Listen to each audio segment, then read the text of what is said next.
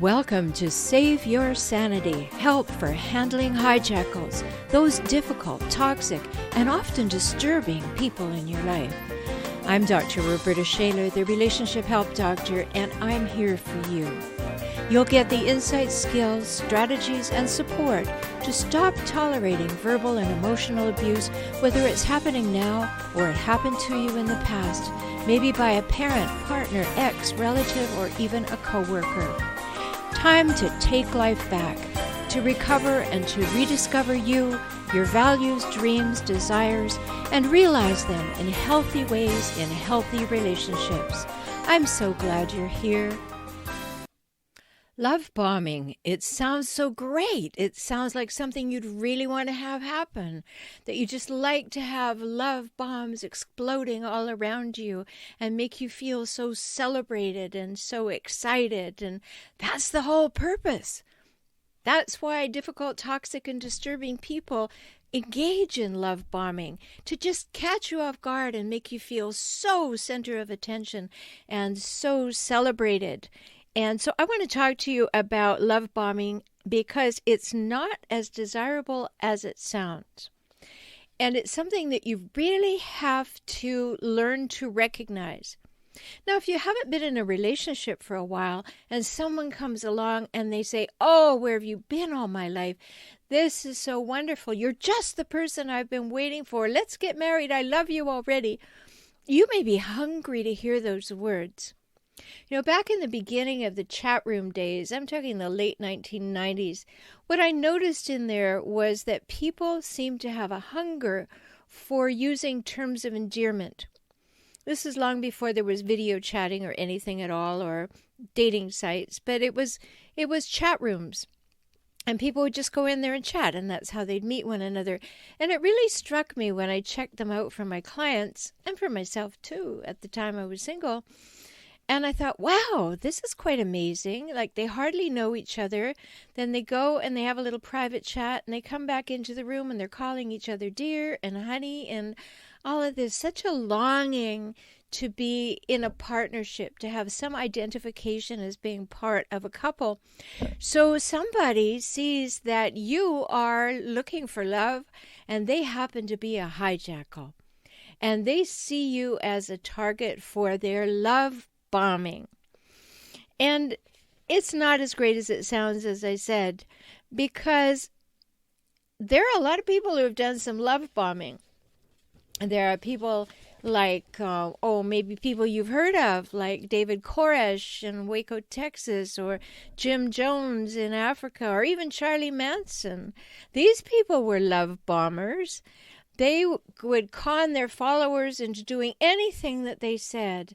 They would build them up. They would get them to follow them. They would tell them to love everybody, and particularly them.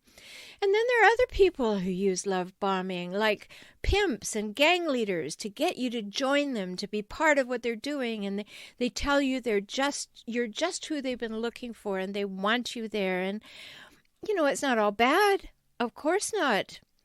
You want to be wanted, you want to be loved, you want to be liked, you want to be noticed. Someone comes along and does all that. It may seem like a bit of a bum's rush, but wow, you've been waiting for it. You're thirsty for it. And so you're hungry for it, and it seems like a great idea. But it's not such a great idea. It's too fast. You know, think about the way that you made a friendship with your best friend. You didn't one day not know them, and then a week later, they want to be your very best friend forever and ever, tell me everything. No, it grew over time as you began to trust each other and learn about each other, and you went slowly. And that's the building block of a good relationship, is that it builds over time. It's not this huge love bomb drop and then see what happens. So basically what love bombing is an attempt to influence another person, and they do it with kind of over-the-top displays of affection and attention. Then, you know, the flowers and the trips and the texts every 15 minutes, "I miss you, I love you, I can't live without you." But it's all that long romantic conversations, holding each other's gaze, talking about the future, engaging each other in the picture of what it could all be like. And it's that combination that really starts to get you drawn in. In fact, we have a word for that if you're with a hijackal, to be hoovered in. It's like you're been vacuumed up and hoovered in. And in these days, when we've got 24/7 access to each other, we have a whole other thing going on. So love bombing comes at you not just by the telephone or a sweet note or flowers, but text and social media and on and on and on. And it's not going well. You know, it's not going well if you happen to be with a hijackal. Sure, we want to feel good. We want to feel good about who we are, and we can't fill that need on our own alone. So somebody comes into our life and they make us feel good, and they tell us they like us, and approval and affection and attention, all great things. But that love bomber is doing it for a couple of reasons. First of all, she or he wants to get you. You know, it's a big gotcha. And the other thing is that love bomber is somewhat insecure. So to boost their ego, they've got to go after a great catch. And so they go after somebody that they believe is somebody that they would get some brownie points for absolutely getting to love them. And so this is what's going on in the love bombing. So you can see why it's not as great as it sounds and not as desirable as it sounds. And we, being chemical beings, we get this big dopamine rush when the new romance is there, and wow, it's so great. We want to keep that feeling. We want to be in that hormone haze, as I call it. And then this person is saying, let's get married, let's move in, let's have a baby. And you go from the hormone haze, and maybe you have a wedding, so you go through the wedding days, and then beyond that, you've just got a horrible phase that you've got to figure things out. But this whole rush is a key to what goes on with people who are love bombing you. And it's not to say that all that attention and that beginning desirability and rush and everything is not a good thing. It's a wonderful thing. But where it differs is whether or not it sustains. Will it still be like this a year from now, 2 years from now? Or will things have started to creep in? Will there be less attention? Will be there less contact? Will be a little more... well, a few more complaints, a few more criticisms, a few more putting you down.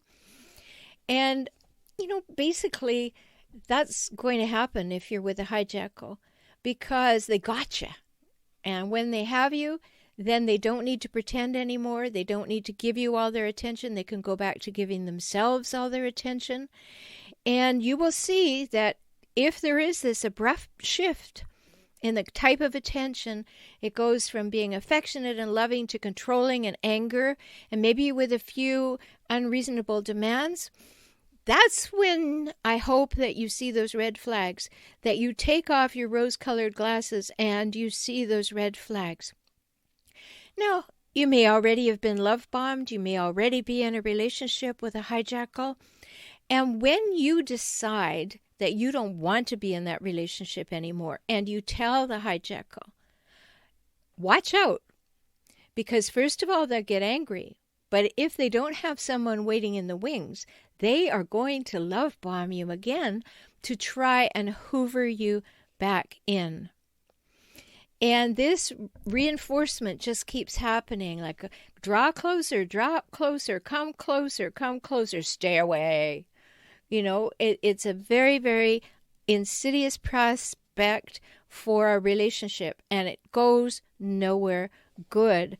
So I wanted to draw attention to love bombing because there are phases to this, and you may have heard these terms before, but the idealization phase is the love bombing. You are my ideal partner.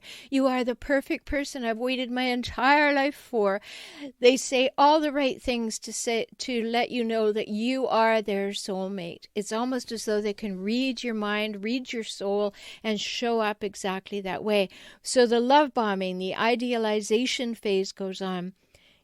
Then they start to devalue you, the devaluation phase. They put you down, they nitpick, they criticize, they complain, they show less interest, they spend less time, and they start to devalue you and the relationship. And then somebody decides to end the relationship.